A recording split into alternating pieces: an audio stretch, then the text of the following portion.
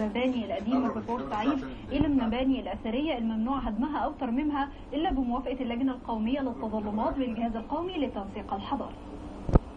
505 من المباني والمنشآت التراثية بمحافظة بورسعيد اعتمد رئيس الوزراء قوائم حصر لها بناء على طلب محافظ بورسعيد، وذلك طبقا للقانون 144 لعام 2006 ولائحته التنفيذية. المباني دي هيبدأ أي بيت محتاج ترميم، عندنا طبعا اللجنة بتاعة التراث المعماري بيعرض هذا الطلب على اللجنة، بتبدأ تقول ايه اللي مطلوب للترميم وايه المواصفات، وبيصور المبنى قبل بدء الترميم وبعد تنفيذ الترميم علشان نفضل محافظين على هذا الأثر تماما. حمل قرار رئيس الوزراء رقم 1096 لعام 2011 ويضم أحياء الشرق والعرب والمناخ، ولا يجوز وفقا للقانون هدم هذه المباني جزئيا أو كليا إلا بموافقة الجهاز القومي للتنسيق الحضاري، وذلك للحفاظ على التراث المعماري والتاريخي المتميز لبورسعيد. الحفاظ على التراث المعماري في بورسعيد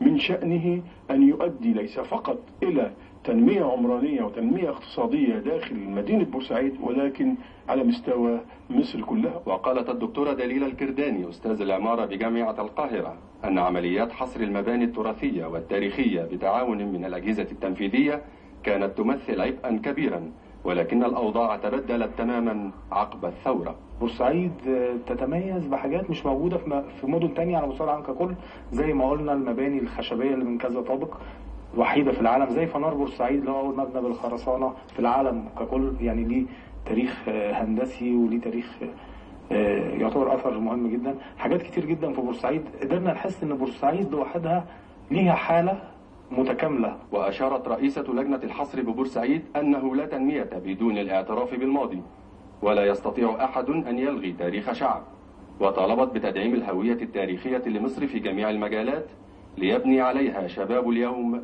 مستقبلا مضيئا. قرر عدد كبير من المزارعين عدم زراعة محصول القمح